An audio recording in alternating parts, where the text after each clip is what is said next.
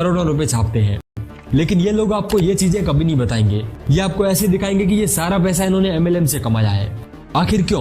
क्योंकि at the end इनका गोल है आपको झूठे सपने दिखाकर अपने ट्रैप में फंसाना। तो मैंने बोला कि जब एक सूरज पूरे वर्ल्ड को, पूरे विश्व को प्रकाशित कर सकता है, तो आपके अंदर यार 16 सूरज। सचिन तेंदुलकर अगर 10वीं में फेल ना होता तो इतना बड़ा क्रिकेटर कैसे बनता, और हनी सिंह अगर पैदा हुआ ही ना होता तो म्यूजिक इंडस्ट्री का रेवोल्यूशन कैसे?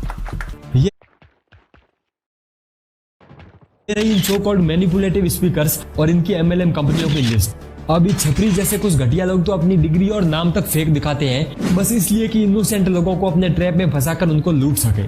अरे शर्म करो यार, कहां तक गिरोगे आप? तो फिर इसका सॉल्यूशन क्या है? देखो सिंपल है, अवेयरनेस। प्लीज पे अटेंशन, क्योंकि जब भी ऐसी एमएलएम स्कीम आपके सामने प्रेजेंट की जाती है तो ये कभी अपने असली रूप में नहीं आती। आपके सामने इसे डिजिटल मार्केटिंग, एफिलिएट या बिजनेस के रूप में पेश किया जाता है। दोस्तों, वर्ल्ड में 6 करोड़ मिलीनियर और लगभग 2700 अरबपति हैं, और एक अकेला बिलीनियर इनकी पूरी कंपनी को दिन में 1000 बार खरीद कर फेंक देगा। लेकिन कितने बिलीनियर्स को आप जानते हो सोशल मीडिया पर फ्लैक्स करते हुए? क्योंकि रियल जो रिच लोग होते हैं वो कभी फ्लैक्स नहीं करते।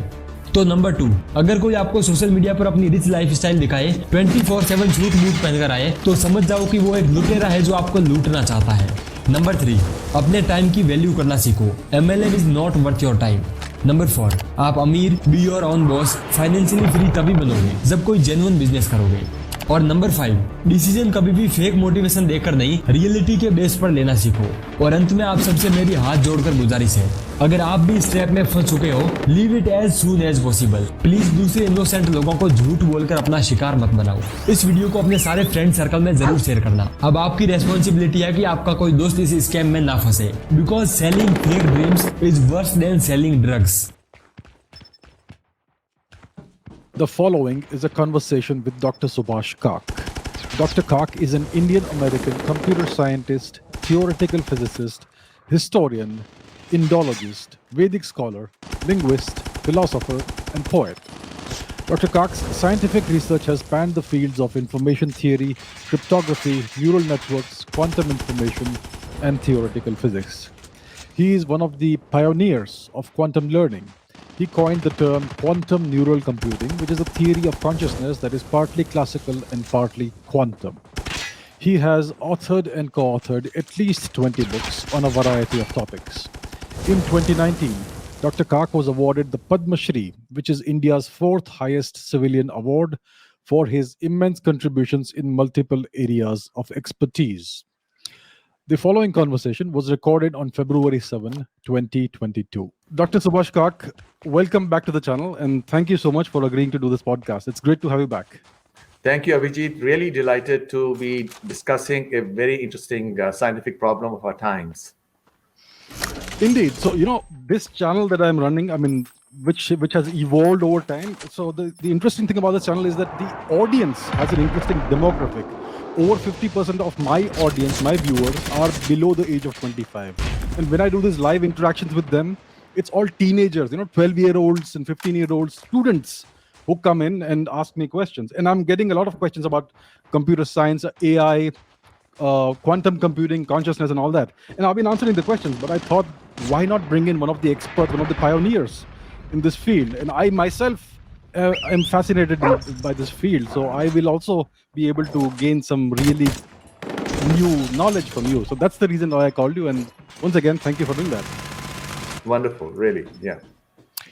Right. So so every student who takes up science initially has a number of options. If you're good at math, you can take up physics or engineering or computer science, pure mathematics, even economics if you want. So you, sir, must have also have had these choices, and you must also have considered several options. So why did you choose computer science? And what was the initial journey like that culminated in you deciding to become a computer scientist?